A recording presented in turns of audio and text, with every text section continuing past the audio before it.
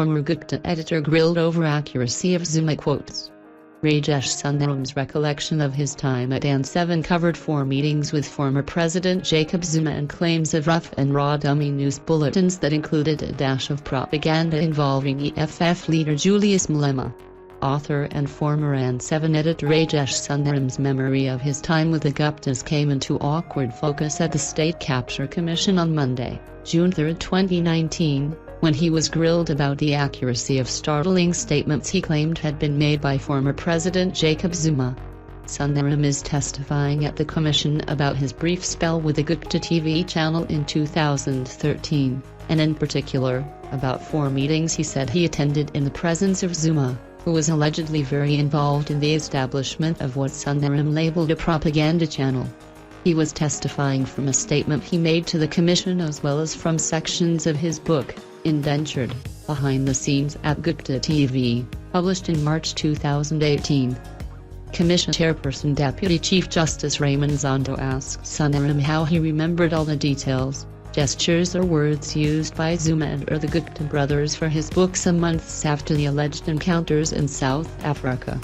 Justice Zondo's interrogation came shortly after Sundaram spoke about one of the alleged meetings at Zuma's official residence, which he had attended with the Gupta brothers. He said Zuma had wanted to see a preview of trial news bulletins they had produced, so they had put together a package that he watched in their presence. He said the Guptas wanted the dummy bulletins to be shown to Zuma and it did not matter that the models-turned-news anchors fumbled over their words. And the truth also seemingly did not matter too much to Ajay Gupta in one instance. He said this was when a clip featuring EFF leader Julius Malema in a helicopter came up on the screen, and Ajay Gupta allegedly hinted that was part of the channel's subtle messaging that Malema liked the high life. He testified that Ajay Gupta allegedly told Zuma, "We're showing Malema as someone who is corrupt and enjoying the luxuries." Sundaram said the preview bulletins were produced as part of a training program for AN7 staff and that they covered normal on-day news events. In the case of Malema, it was the only footage they could source from the SABC at the time and it had no relevance to Ajay Gupta's claim. These visuals were the only available, of Malema, and he, Ajay, just made it up to please the president, Sundaram told the commission. This tied in with the requirement for propaganda subtleties on AN7, he said. Sundaram said he had not been happy about rushing a package, but Zuma appeared pleased and allegedly told him, "You have a good thing on your hands. These are much better than the SAB."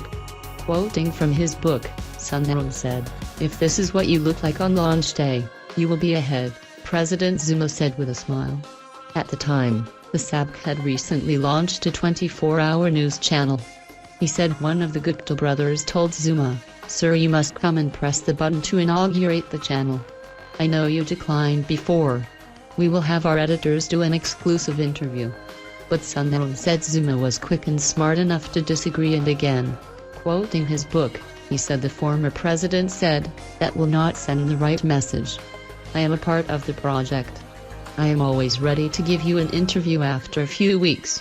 Justice Zondo asked Sundaram how he could remember precisely what words Zuma had used, considering that quite a lengthy period had passed between those meetings in mid-2013 and when he wrote the book. Sundaram conceded that it may not have been said in exactly those words but that he believed that they had accurately captured the essence of what had been said.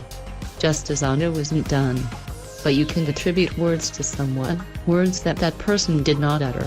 Surely, you could make the same points without representing that those were the person's words?" said Sundaram.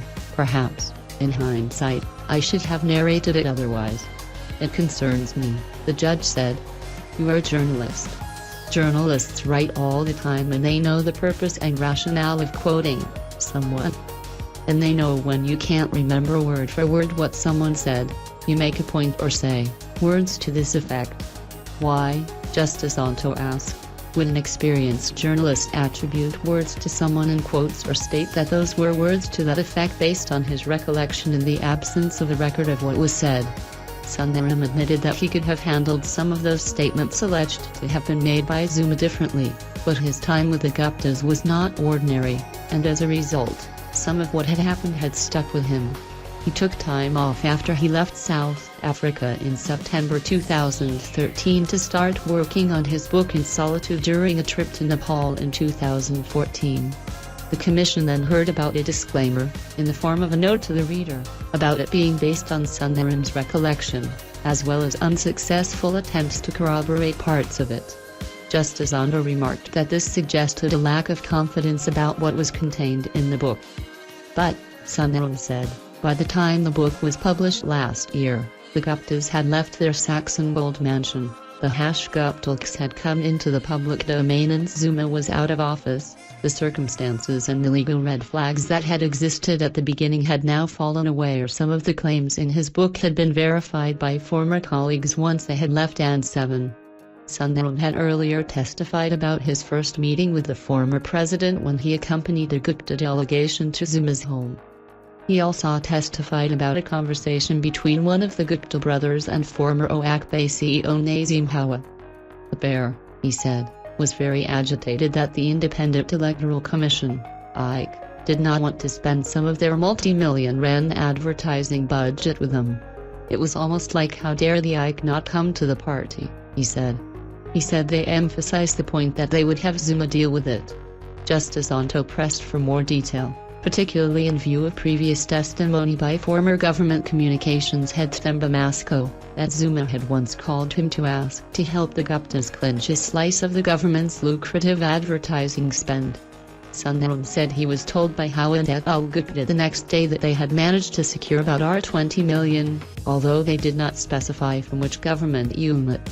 He said some of the dubious commercial dealings at the company and the labor and immigration laws he believed they had violated made him realize he could not be associated with them for too long. His position as editor was totally compromised and a reputation built up over many years as a professional was at risk. He decided to resign and left the next month. Zuma was then under a lot of pressure to come to AN7 to cut the ribbon for the launch, but he resisted, Sundaram said. But a day or two before AN7 was launched, Zuma did visit the office, something Sundaram said the Guptas had foolishly tried to keep secret. No one was allowed to film during his 40 to 50-minute long tour of the office. Asked why a room full of journalists and cameramen had simply stood down, Sundaram said, "These were not ordinary times. It was not an ordinary newsroom. It was almost like a North Korean newsroom being set up."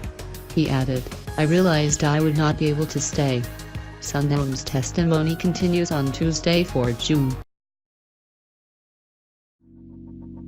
Let it go, make my body go, make our bodies high.